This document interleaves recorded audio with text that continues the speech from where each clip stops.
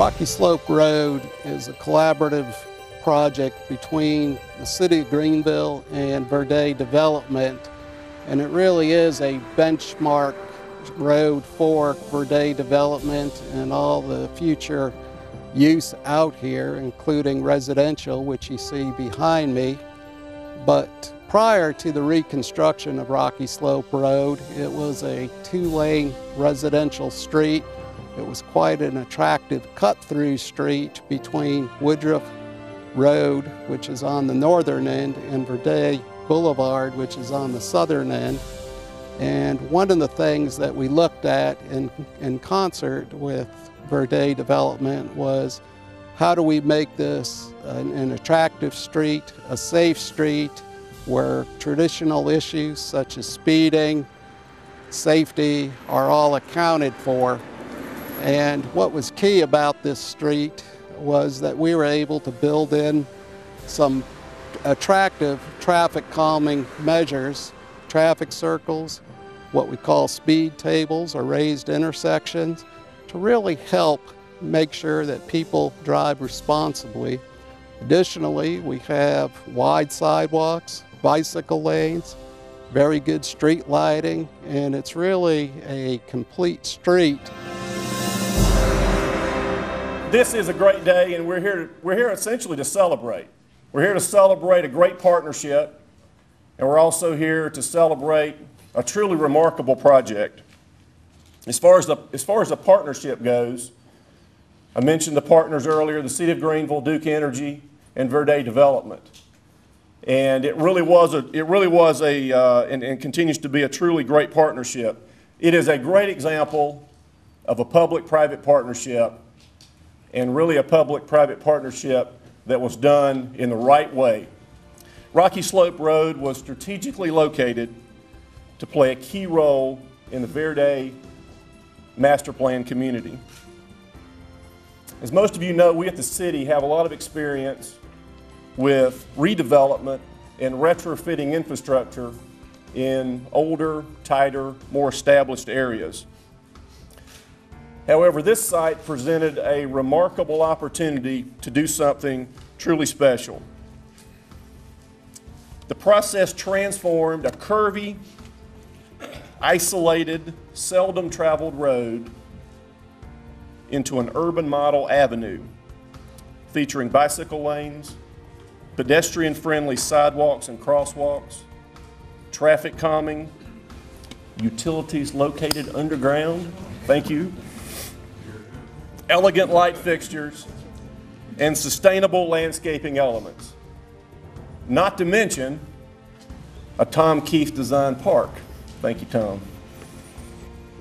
This is a project and a place for which we can all be very proud and very thankful.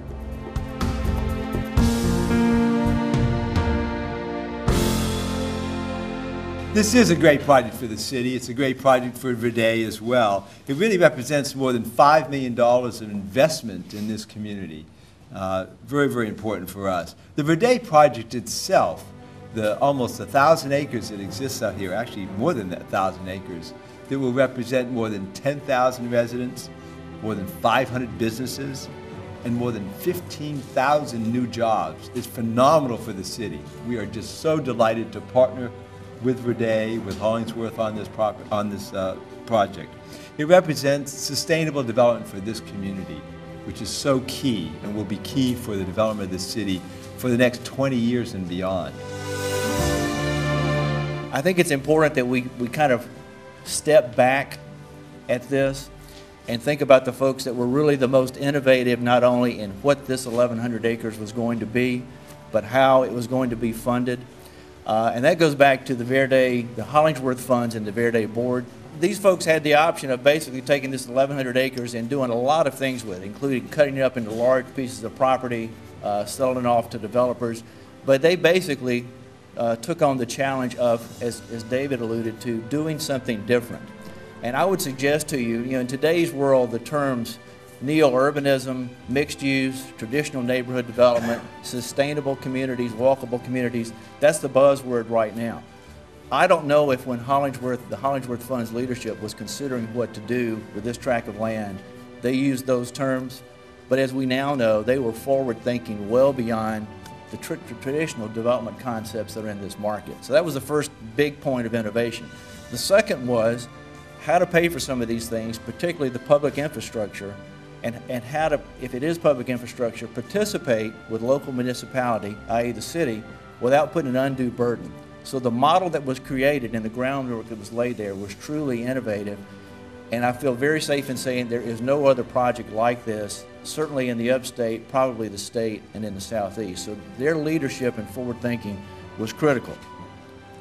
Obviously, putting Rocky Slope Road in the condition it's in today and building this park were hugely significant to us. And number one, setting the tone for the development quality we wanted for the project, and setting the standard of development that we wanted, and setting the public-private partnership and making that whole mechanism work. So it was critical. It's also critical in terms of establishing the aesthetics for the neighborhood. So all of this was key to the success.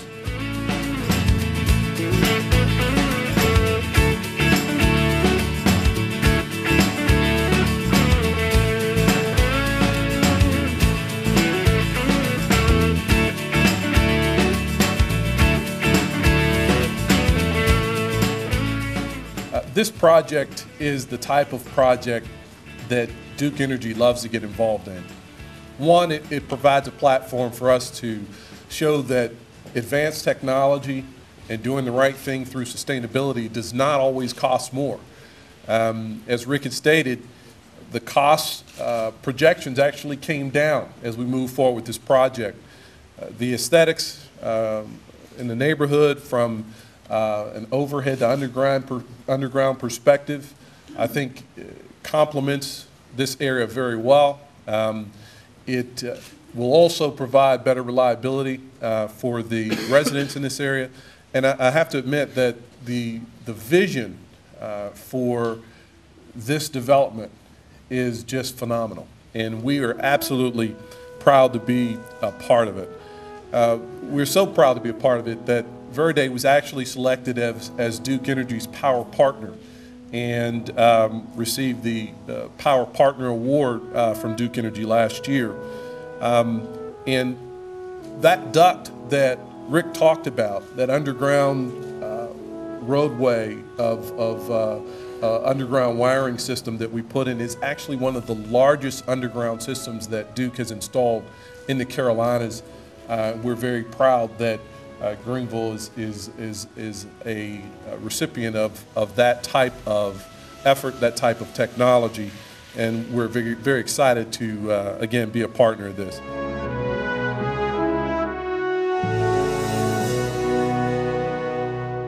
It's really a gateway to Verde development and lends itself with multiple uses. Off to my left, we have what will eventually be a city park, the Hollingsworth Legacy Park, and already with the playground, the park, the walking paths, just the overall atmosphere in this entire corridor really lends itself to people getting out of their cars, walking, jogging, bicycling, using the park, all kinds of different recreational uses as well.